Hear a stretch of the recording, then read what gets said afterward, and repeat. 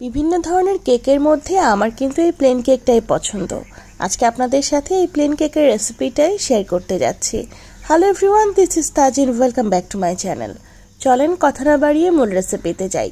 দেখিয়ে দিচ্ছি আজকের মজার কেকটা কিভাবে তৈরি করছি, তার সমস্ত প্রস্তুত প্রণালী। আচ্ছা, প্রথমেই শুরু করছি রুম টেম্পারেচারে থাকা 3টা ডিম দিয়ে। একটা মিক্সিং বোল নিয়েছি। প্রথমে 3টা ডিমটাকেই আমি ফাটিয়ে নিচ্ছি। এখন এখানে দিয়ে দিচ্ছি আমি চিনি দিয়ে দিচ্ছি 2 কাপ। এরপরে সয়াবিন তেল দিব এখানে আমি হাফ কাপ। যেই মেজারমেন্টগুলো দিচ্ছি আপনারা ঠিকঠাকভাবে যদি ফলো করেন সেক্ষেত্রে পারফেক্ট একটা কেক আপনি নিজেও বানাতে পারবেন। আচ্ছা, এখন একটা ইলেকট্রিক বিটার দিয়ে খুব ভালোভাবে বিট করে নিচ্ছি। হলুদ যে ভাবটা ছিল সেটা কমে গিয়ে দেখেন এরকম ঠিক সাদাটে একটা ভাব চলে আসবে। এবার আমি এখানে লেমন ফ্লেভারের যে এসেন্স থাকে সেটা দিয়েছি 1 চা চামচ। তারপরে দিলাম হাফ কাপ পরিমাণ দুধ। এরপরে দিচ্ছি 3 কাপ ময়দা।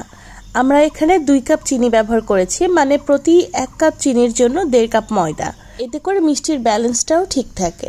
আচ্ছা, প্রথমেই দেখেছেন নিশ্চয়ই যে আমি কিন্তু চালনি দিয়ে চেলে নিচ্ছি। এতে করে কি হবে, কেকটা কিন্তু অনেক ফ্লপি হবে এবং খেতেও ভালো লাগবে। দিয়ে দিচ্ছি আমি এখানে বেকিং পাউডার 4 চা চামচের মতো।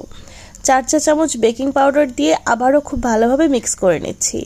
মিক্স করা হয়ে গেলে আমার মনে হচ্ছে এখানে আরও একটু দুধ দেওয়ার প্রয়োজন আছে, তাই আমি এখানে আরও 1 কাপের মতো দুধ দিয়ে দিচ্ছি।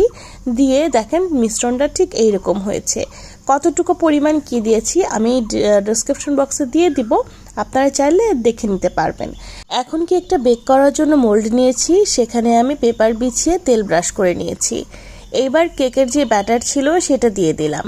সম্পূর্ণ ভর্তি করবেন না, কারণ কেকটা কিন্তু বেক হয়ে যাওয়ার পরে ডাবল হয়ে যাবে। এখন 180 ডিগ্রি সেলসিয়াস তাপমাত্রায় আমি 40 থেকে 45 মিনিটের জন্য বেক করে নেব। এটা আপনারা চুলায়ও করতে পারবেন। চুলায় কিভাবে করতে হয় তার রেসিপি আমার চ্যানেলে আছে, চাইলে দেখে নিতে পারবেন। দেখেন হয়ে গিয়েছে। কেকটার কালার দেখেই নিশ্চয়ই বুঝতে পারছেন ভিউয়ার্স যেটা কতটা পারফেক্ট হয়েছে। আর খেতে কেমন হয়েছে সেটা না হয় আপনাদের হাতে ছেড়ে দিলাম, আপনারা বানিয়ে দেখেন। আশা করছি সকলেই খুব পছন্দ করবে। সবাই ভালো থাকবেন ভিউয়ার্স, সুস্থ থাকবেন। আমার জন্য দোয়া করবেন, আমার পরিবারের জন্য দোয়া করবেন। আপনাদের জন্য রইল অনেক অনেক ভালোবাসা।